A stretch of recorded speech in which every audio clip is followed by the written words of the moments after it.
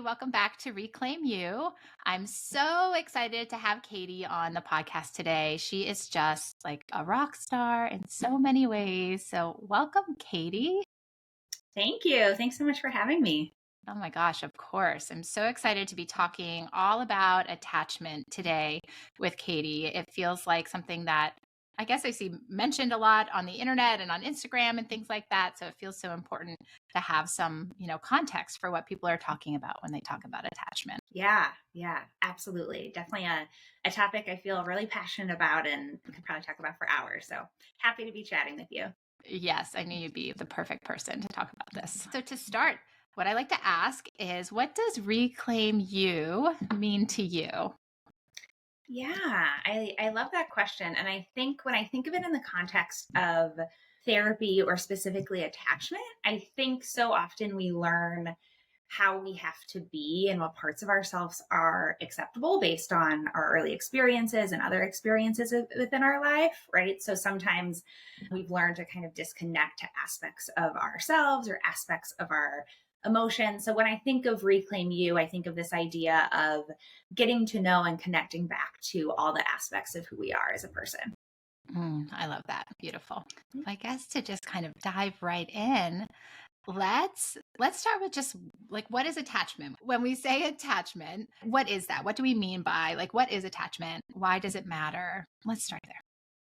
Yeah, I think people probably have lots of different definitions, right? And lots of Mhm. different kind of clinical and more informal definitions. But when I think about attachment or when I think about attachment theory, I think about both the ways that we learn to relate to people that we are in relationship with, right? And so Mm. it starts with our earliest caregivers, but then it extends into our friends, our coworkers, our partners, things of that nature, right? So attachment is really, when I think about it, how we have learned to relate to other people and which aspects of ourselves we have learned we can show or not show in order to stay in connection to people. So, for example, there are certain folks who feel, I don't want to get too close because getting close feels really scary. I don't want to be vulnerable because if I'm vulnerable, I could be in danger, I could be Mm. overtaken, or you might be really intrusive in a way that feels uncomfortable to me. And then there's other Mm. folks for whom distance feels really uncomfortable. And in order for me to be able to soothe, it's hard for me to do that within myself. And I need to be in connection or relationship with you in order to soothe, right? So Mm. I think attachment is so much about how we learn how to be in relationships with others, what ways that feels comfortable, what ways that doesn't feel comfortable. And then I also heard someone talk about attachment in a really interesting way where they said that attachment isn't just about how we relate to other people, but that it's also about how we relate to our own neediness. So I'll be Mm. happy to kind of dive into that because I think Yeah. that was a really interesting way of thinking about it. And when we think about attachment tendencies, or what Mhm. people call attachment styles, but I'll talk about why I don't love the word style for Uh-huh. attachment, that the ways that we relate to others so often mirrors the ways that we actually relate to ourselves too. Oh, wow. Yeah. Feels like there's a lot in there. Yeah. Let's dive into how you relate to your own neediness. That feels so interesting. Yeah. So maybe a good place to start with that is kind of talking about the different categories that Mhm. researchers and folks who study attachment way back from, John Bowlby and all John of those Bowlby. things, the different yeah. It's like grad school is like ringing a bell. Yeah. Yeah, Mary Ainsworth, Mary Main, right? All Uh-huh. those kind of attachment ancestors, we could say. Yes. The different kind of categories that they have classified attachment, what people call attachment styles, what I prefer to call attachment adaptations, right? Both Mm. because sometimes when people talk about attachment, they kind of talk about it like a Cosmo quiz, right? Like, Uh-huh. oh, which attachment style do I have, right? Like a Um, Cosmo quiz. That's amazing. That's so true. Yes. which is fun, right? Like I love a Cosmo quiz as much as anyone else. Same. Like, give me all of them. Totally.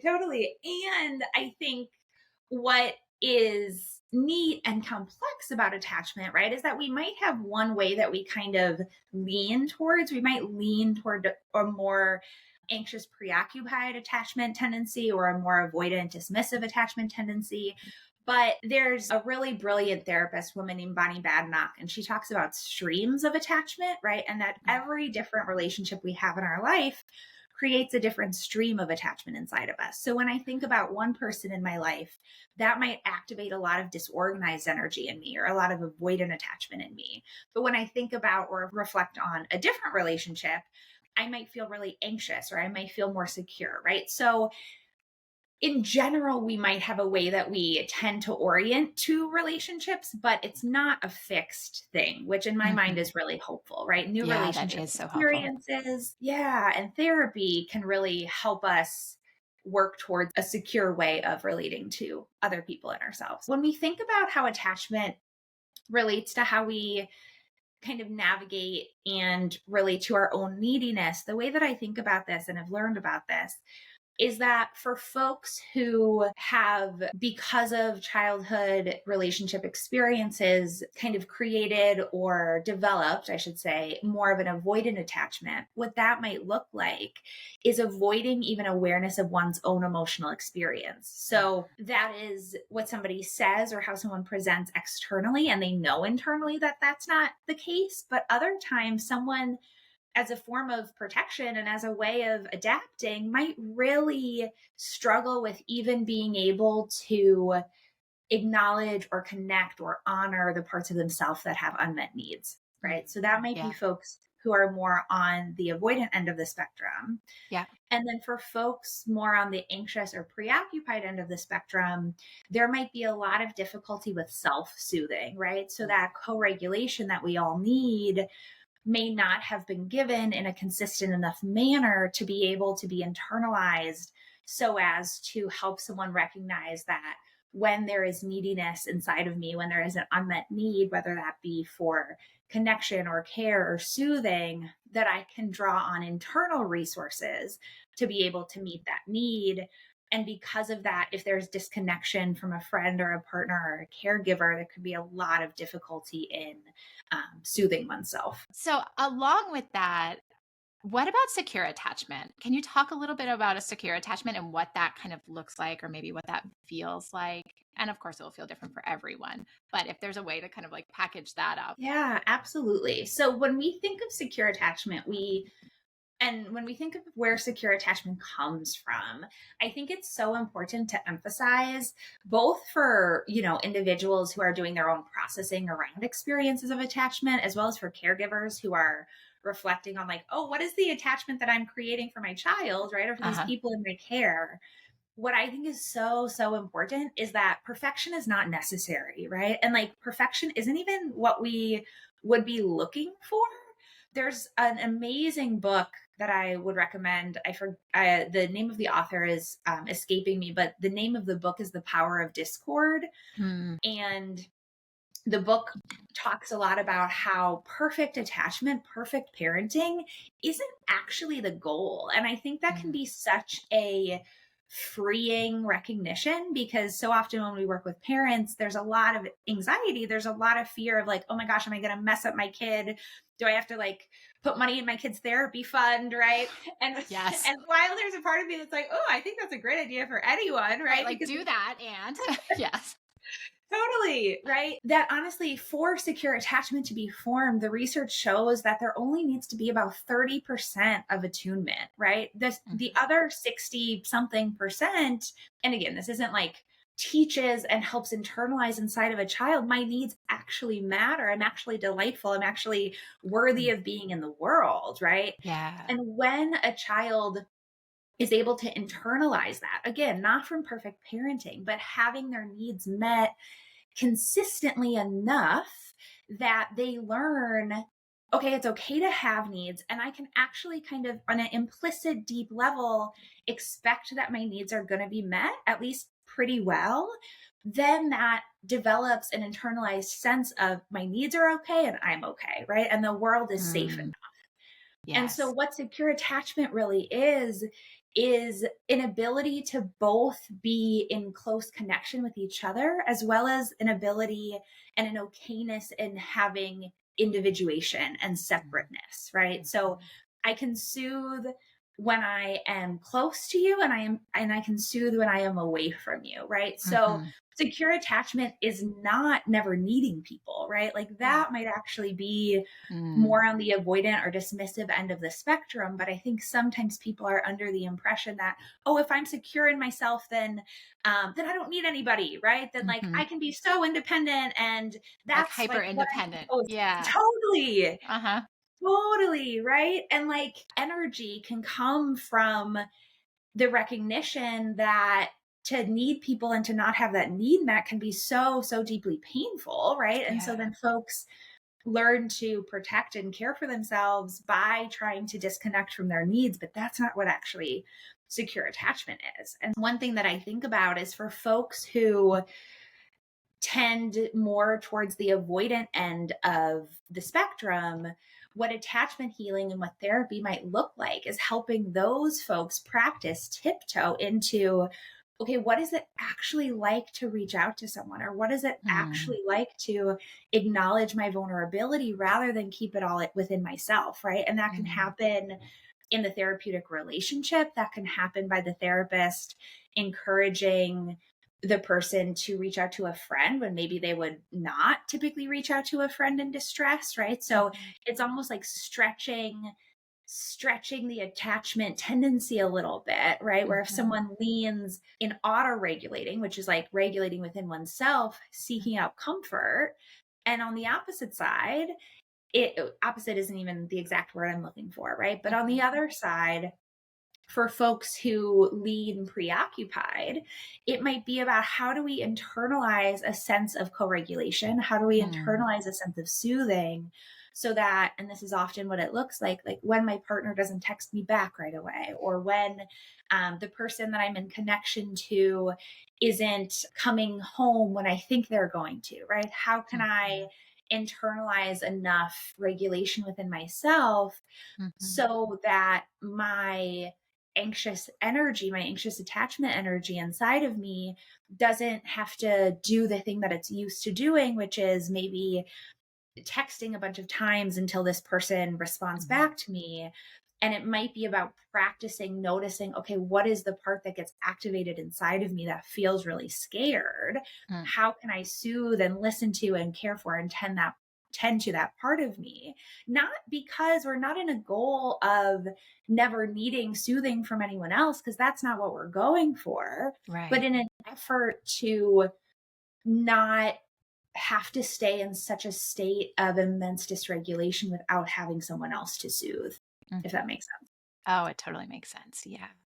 Yeah. And I'm just curious to kind of piggyback off of what secure attachment or what helps, shape or invite secure attachment as a Yeah. child. What are some of those experiences that could inform maybe some of the other attachment tendencies? So when we think about attachment categories, again, it's not fixed, it's not a Hmm. box, it's not a blood type, right? Like it is fluid, and we also in general and in different relationships can have a tendency of leaning more avoidant or a tendency of leaning more anxious, right? Or Yeah. preoccupied. So when we're thinking about kind of what childhood or relational experiences early, right? This is like as early as we can go back in a person's history, Mhm. contributes to a more anxious, preoccupied type of attachment.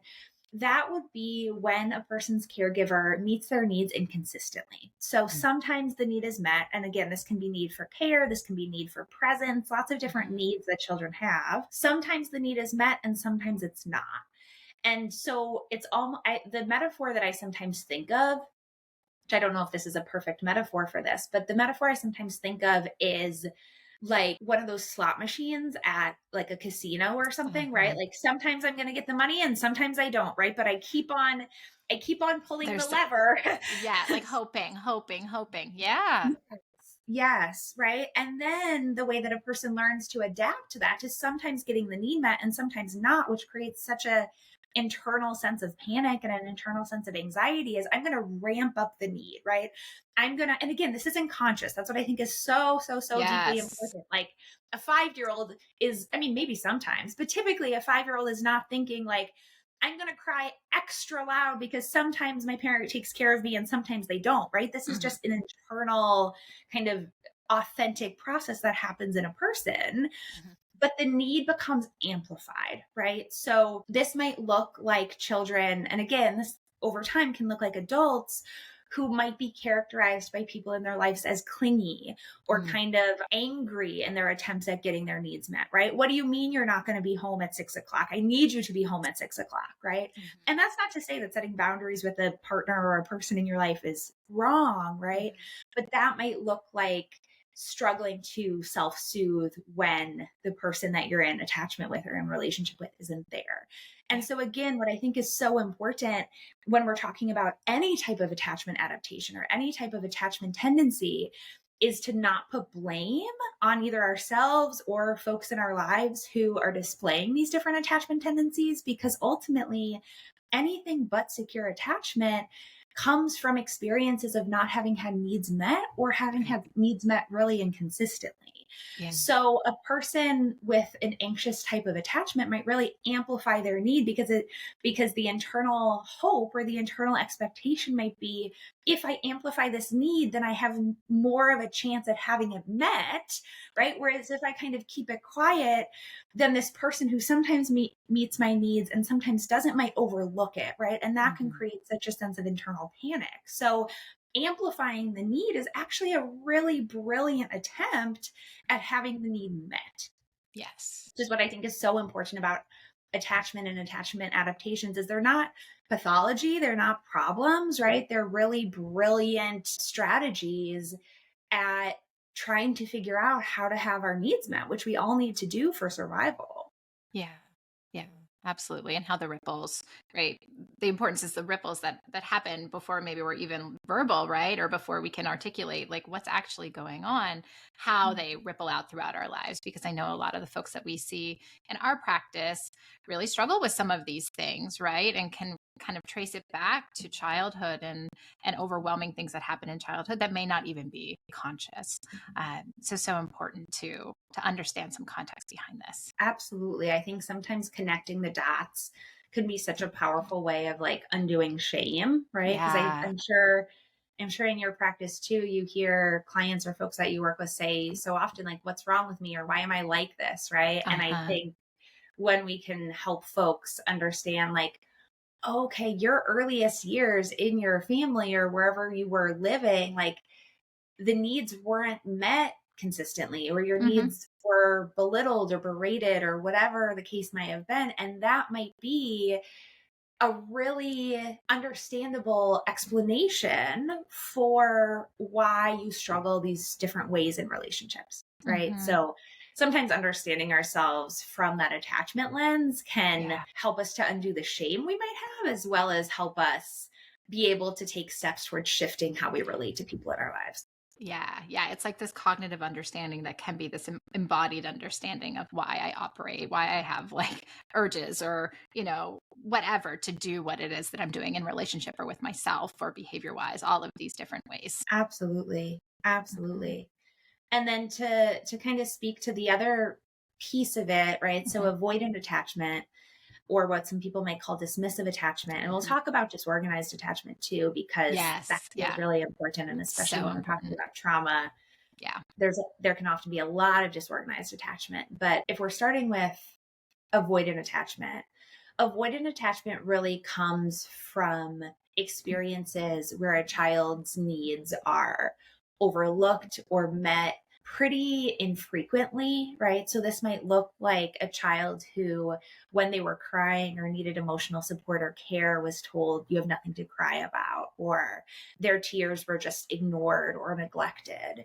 This could also look like parents who were, or caregivers who were a bit intrusive with their child, who didn't really allow their child to have a lot of separateness or individuation. And so as a result, that child can learn again on a deep unconscious level, if I want to be my own person, then I kind of have to separate from other people in relationships, because otherwise I'm going to feel intruded upon. And that feels really uncomfortable too. Mhm.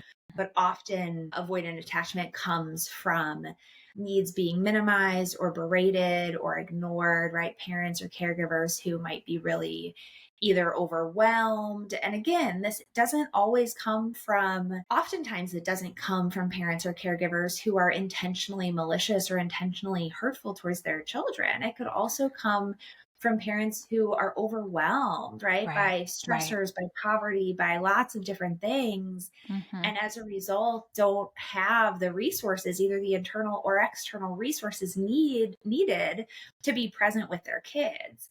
Yeah. And so then that child who again turns into an adult learns it's better for me to just try to meet my needs on my own, because Hmm. being in close connection to people feels scary, right? Hmm. And one piece of research that I find super interesting on this is when there's been kind of scans on people's brains, people who lean more anxious and people who lean more avoidant, that there's the same level of activation happening inside of them, even though on the outside, the avoidant person can look like everything's fine, whereas the anxious Mm, person usually doesn't look like everything's fine. right. So that's where I think it is so important to recognize that even though folks who lean towards a more avoidant attachment tendency from the outside might look like they're super independent and might look like they're really good at self-regulating, right? That Uh-huh. can kind of be just an external expression of something, whereas Hmm. internally It's like, there's still all of the activation that comes with not having needs met. yeah. Yeah. It feels almost kind of like a functional freeze, right? Like Yeah. externally, you're like smiles, everything's okay, and internally there's like chaos ensuing, right?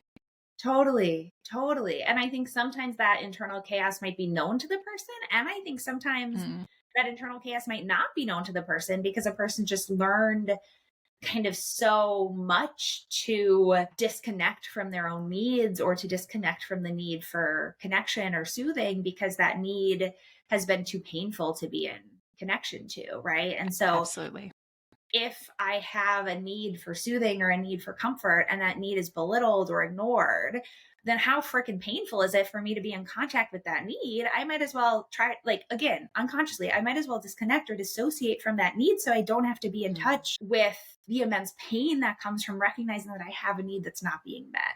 Yes. Yes, absolutely. And then what about disorganized attachment? I'm glad you brought that up because that does Mhm. feel so important. Yeah, absolutely. So, the way that I've learned about disorganized attachment that makes the most sense to me is by thinking about the fact that for a baby or for a child who needs soothing, right? And we'll talk about examples of needing soothing.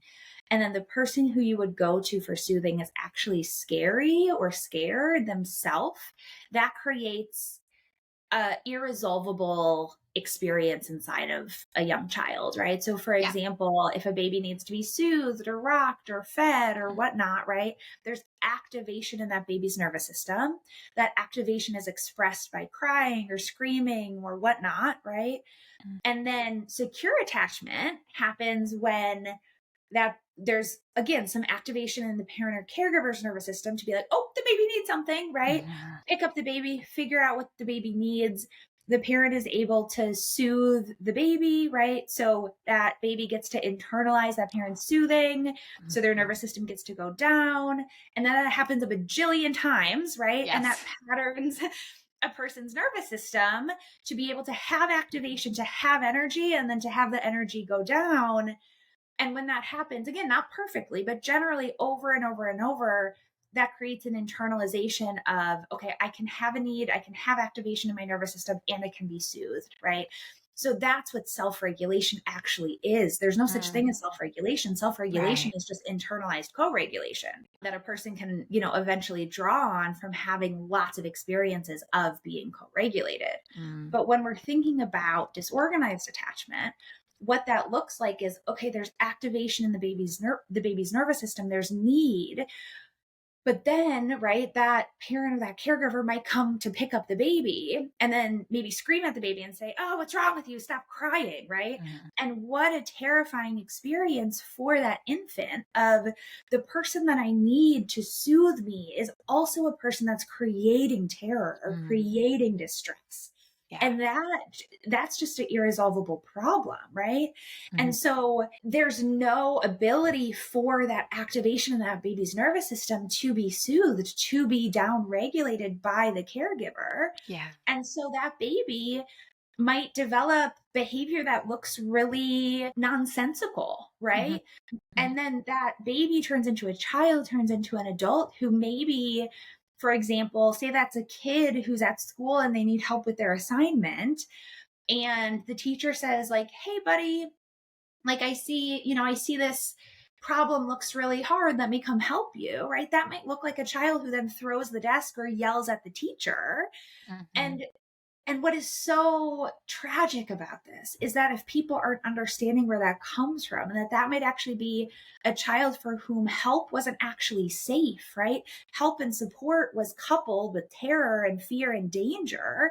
That child, when there's an apparent offer of care or soothing, what happens, what gets activated inside of that child's nervous system is streams of danger, streams of terror, right? And so that child then is trying to do whatever they have to do to keep themselves safe. And that might look really, to what the term is, might look really disorganized because there's not a clear, identifiable strategy of getting one's needs met.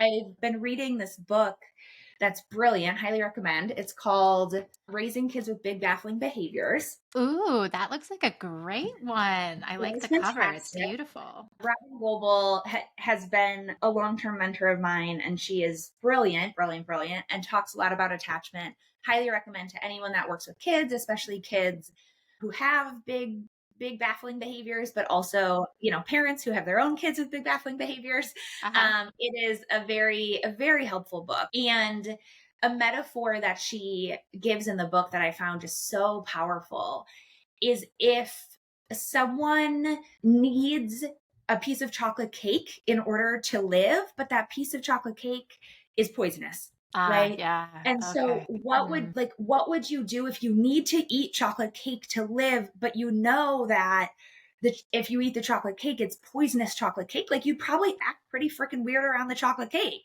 Yeah. right? Maybe you would Yeah. take a bite and then you would spit it out, or maybe you would like push the plate away, but then if someone else took the Yeah. plate, you'd like be mad at it, right? Like, it would probably be such an overwhelming, confusing experience. Yeah. And it would look really freaking weird for anyone who was watching it happen, right? Yeah. So that's when we think about attachment. It's this idea of this thing that we need, the soothing, the care, the connection that we need from our caregivers, from people in our lives, because that's part of being human, has Mhm. been coupled with terror and fear and sometimes with violence. Yeah. And so that creates an internal sense of chaos and disruption and disorganization that often looks like really confusing behaviors in relationships. Mhm. That might look like pushing your partner away when they are offering to comfort you. That might look like wanting someone to be close and then feeling really uncomfortable and kind of angry when they're close. Again, what I think Mhm. is so important about this is that for folks with disorganized attachment, it's not that they're bad, right? It's not that we're Right. bad if we Right. have behaviors of disorganized attachment. It's that a person's nervous system has learned that closeness, which we need for survival, is also terrifying or is Mhm. also dangerous. And that creates a really, really deep sense of fear within a person. So all of these tendencies, the way that people express their attachment, what do we do with that as adults now? That feels so important too. How once we realize like, oh shit, here I am, right? I think I identify with this, or, this feels like my experience in the world. Where do we go from there? Yeah, totally.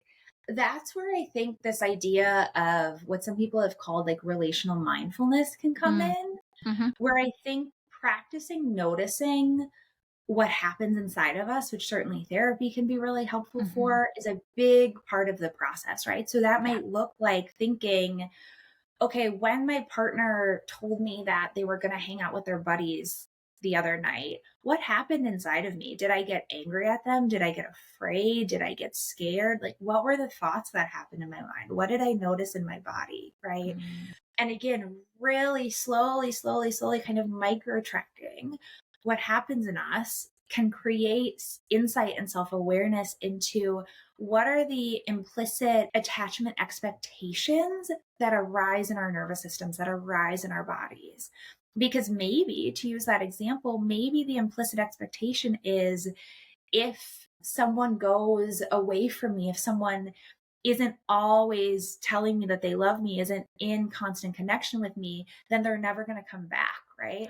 And our Mhm. logical adult minds might know that that's not the case. This might be a Sure. partner who's actually very consistent. But what might arise in a person's body or nervous system might be the sense of, I'm going to be left, right? Or kind of on the other end of the spectrum, for folks who lean more avoidant, if a partner is wanting to move a relationship forward or wanting to be more serious, that might activate inside of a person a sense of terror, right? Mm. And what could be helpful for that person might be to explore or notice, okay, what is the fear that's arising in me? Am I afraid that I'm not going to have autonomy? Am I afraid that I'm going to be overtaken in some way? Am I afraid that I won't be able to be an individual? Right. So it might really look like noticing both cognitively in our minds and our thoughts, Mhm. as well as in our bodies. What are these implicit, meaning below the level of conscious awareness, Mm. activations that arise in us? And then practicing, and this is where the help of a therapist can be so useful, practicing self soothing, right? And sometimes the self soothing might look like, how do I be okay in myself without needing, again, because oftentimes attachment, these struggles come up in romantic relationships or close relationships. Not always, of course, they Mhm. come up in friendships and with Mhm. colleagues. Like attachment kind of can extend into all Yeah. sorts of our relationships, right? But Yeah. oftentimes we think about this in the context of close partner relationships. And so that might look like, okay, can I actually, for folks who lean more avoidant, can I talk with my partner about the fear that's arising and making this relationship more serious or more consistent rather than just ghosting or rather than just Mhm. pulling away, right? Yeah. And for folks who lean more anxious or more preoccupied, that might look like practicing and learning how to name, hey, when you say that you're going to hang out with your buddies, something gets really activated in me. I get really nervous and I'm noticing a part of myself, right? Sometimes naming parts can be so helpful. Mhm. I'm noticing a part of myself that wants to scream at you and tell you you're a bad person if you go hang out with them, right? And then being able to have that conversation with your partner about what gets activated rather than speaking from the activated part, Mm. which might look like saying to your Mhm. partner, well, if you go hang out with your buddies, then you don't love me, right? Ah. Or then you don't care about me, right? So Mhm. so kind of being able to step back and notice the parts of ourselves that carry these attachment streams, that carry Yeah. this attachment energy, so Mm. that we can invite the people in our lives, the people who we're in relationship with, to provide soothing, to provide reassurance, right? Not in a compulsive way, because we want to Mhm. learn how to provide that for ourselves too, but to be able to kind of step back from what's happening inside of us so that we can talk about it, I think is a big, big piece towards shifting towards a more, what sometimes people call earned secure attachment way of Mm. being. Is there anything else that feels important to mention on this kind of bird's eye view of attachment that you so beautifully spoke to? Anything else you feel like is important to add or name or share? Yeah, I think kind of as I mentioned earlier, I think the thing I would really want to emphasize is that attachment adaptations are brilliant, right? They Mhm. are brilliant, brilliant ways of learning how to stay in connection to people. And some of us have learned that in order to stay in connection, we have to amplify our needs. And some of us have learned that in order to stay in connection, we have to down regulate our needs or disconnect from our needs, right? So we don't do that because we're bad. We don't do that because there's something wrong with us. We do that because we all need to stay in connection to others for relational and like physical survival. And we've learned how to do that, right? So I think Mm. my hope would be that as people explore and get to know what their attachment tendencies might be or what their attachment leanings might be, that that can be done from a lens of compassion and from a lens of appreciation for the ways that one has learned to survive, and that we can find people in our lives who are not perfect, right? Because we're not perfect. None of us are perfect, right? But that can provide opportunities for attachment repair. Because I think Mm. that is where ultimately these patterns can have the opportunity to shift, right? Yeah. Not through reading a bunch of self-help books, although trust me, I love doing that myself, right? Same. I'm like, tell me more books, Katie. Totally, right? And there's certainly parts of me that are like, oh, if I could just like figure out everything through a book, that would be Mhm. amazing, I right? could know it all. If I could know it all, it would all be okay. Totally. Right? It's such a juicy fantasy. Mm, But I think what truly heals these patterns, or what can help shift these patterns, is by having new relational experiences, right? If we expect for example, our tenderness or our vulnerability to be met with dismissal or to be met with aggression, and if we can be brave enough to allow new relationships into our lives, whether they're friend or peer or romantic relationships or therapeutic relationships, where we can be brave enough to slowly open ourselves up to showing our vulnerability, to showing our tenderness, and having that met with care, then that creates memory reconsolidation, right? That creates this mismatch experience inside of us that can slowly allow us to trust that there can be a different way of being with ourselves and a different way of being in relationships. And I yeah. think that is ultimately what promotes healing, especially attachment. And speaking of therapeutic relationships, tell us about your practice, Yeah. about, what you guys do, where you are, all of those good things. Absolutely. Yeah. So I own All of You Therapy, and we are a small group therapy practice physically located in Center City, Philadelphia, but we're able to work with folks anywhere in Pennsylvania and New Jersey.